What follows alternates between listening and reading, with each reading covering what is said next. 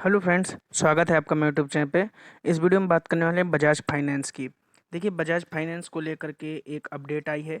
Update ये कि इसने क्वार्टर वन में, यानी कि 2023 फाइनेंशियल ईयर क्वार्टर वन में 27 लाख नए कस्टमर जोड़े हैं। इसके बाद अलग अलग एजेंसीज जो हैं, इन्वेस्टमेंट बैंकिंग फर्म्स जो होती हैं, उसमें से एक जो कि जानी मानी ग्लोबल इन्वेस्टमेंट बैंकिंग फर्म है CLSA, उसकी रेटिंग आई है और उसने इस स्टॉक के बारे में अपने व्यूज़ दिए हैं। उसके अलावा कई सारी एजेंसीज़ के रिव्यूज़ आए हैं और उन्होंने बताया है कि इस स्टॉक में क्या करना चाहिए। उन रिव्यूज़ को समझेंगे और ये समझने की कोशिश करेंगे कि क्या बजाज फाइनेंस को पोर्टफोलियो में ऐड करने का टाइम है, या फिर अगर ये 5% 7% उछला है तो एग्जिट करके प्रॉफिट बुक करके निकल जाना चाहिए। तो चलिए वीडियो को शुरू करते हैं। अगर फर्स्ट टाइम चैनल पर विजिट कर रहे हैं, चैनल को जरूर सब्सक्राइब कीजिए और बेल आइकन को तो जरूर प्रेस कीजिए, ताकि जैसे कोई नया वीडियो अपलोड करो तो उसकी नोटिफिकेशन आपको आ जाए। आज देखिए 4.5% से भी तेज़ी से उछला है। और इसमें क्या करना चाहिए, इसको हम समझने के लिए पहले तो पूरी न्यूज़ पढ़ लेते हैं जो आ जाइए। NBFC बजाज फाइनेंस ने क्वार्टर वन फाइनेंशियल ईयर 23 में अपने बिजनेस अपडेट जारी किए हैं। इस दौरान कंपनी का कस्टमर बेस मजबूत हुआ है। पहली तिमाही में कंपनी ने 27 लाख नए कस्टमर जोड़े हैं। इसके अलावा बिजनेस अपडेट में 6 जुलाई को कंपनी के स्टॉक में 4.7% की तेज़ी देखने को मिली है। अब CLSA, जो कि जानी मानी इन्वेस्टमेंट बैंकिंग फर्म है, उसने यहाँ पर बिकवाली की सलाह दी है, लेकिन मॉर्गन स्टैनली ने ओवर रेट कर रखा है इसको। ओवर रेट का मतलब होता है कि अभी स्टॉक में तेज़ी आएगी। अब यहाँ पर आप देख सकते हैं CLSA ने बजाज फाइनेंस पर बिकवाली की सलाह 6,000 से टारगेट घटा करके 5,000 कर दिए हैं। और इनका रीज़न ये रहा है कि उन्होंने कहा है कि प्री कोविड लेवल से ग्रोथ धीमी हुई है।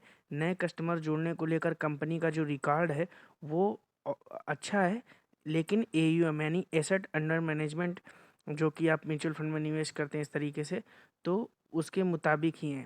ग्रोथ उम्मीद के मुताबिक ही है। पब्लिक डिपॉजिट पर परफॉर्मेंस अच्छी रही है, लेकिन NCD पर कोई एक्शन नहीं दिखा है। वैल्यूएशन प्री कोविड मल्टीपल्स पर पहुंच गया है।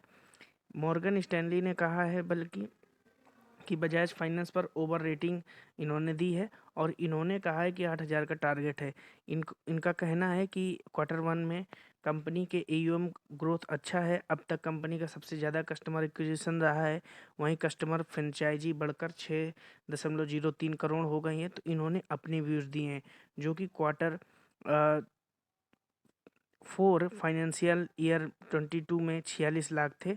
कंपनी का CRAR, capital to risk weightage asset ratio कम होकर 26.2% आ गया है। अब ये सब चीज़ें समझने के लिए आपको टेक्निकल्स में जाना पड़ेगा। इसके लिए मैं समय समय पर आपको वीडियोस बना के बताता रहता हूँ।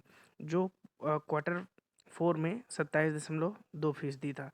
तो इन्होंने कहा है कि ये चीज़ें सब अच्छी हुई हैं, तो इन्होंने 8,000 का टारगेट। देखिए, किसी भी शेयर के बारे में अपने अपने पॉइंट ऑफ व्यू होते हैं, अपनी अपनी एक शेयर को एनालाइज करने की प्रक्रिया होती है, और अपने अपने इनके व्यूज़ के आधार पर ये अपने स्टॉक को बताते हैं।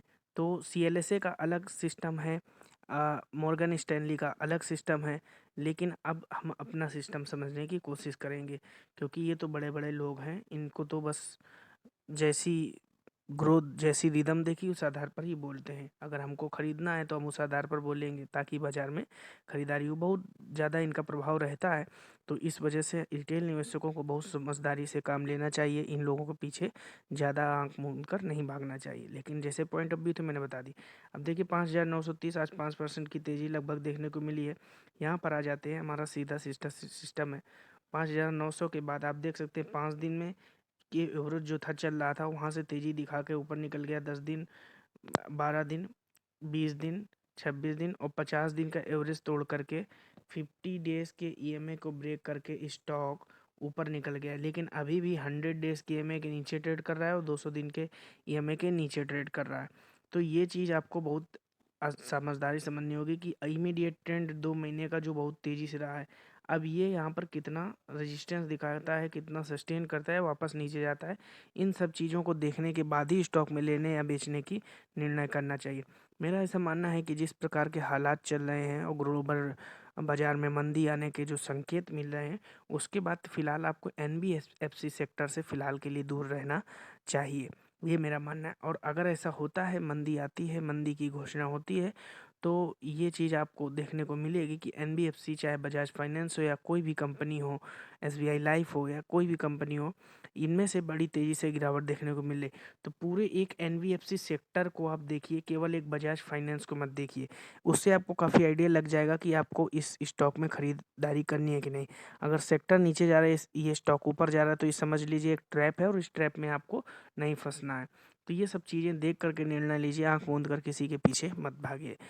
वीडियो जैसा भी लगा कमेंट बॉक्स पे कमेंट करके बताइए। फर्स्ट टाइम चैनल पे विजिट, चैनल को सब्सक्राइब कीजिए। Thank you for watching. जय हिंद।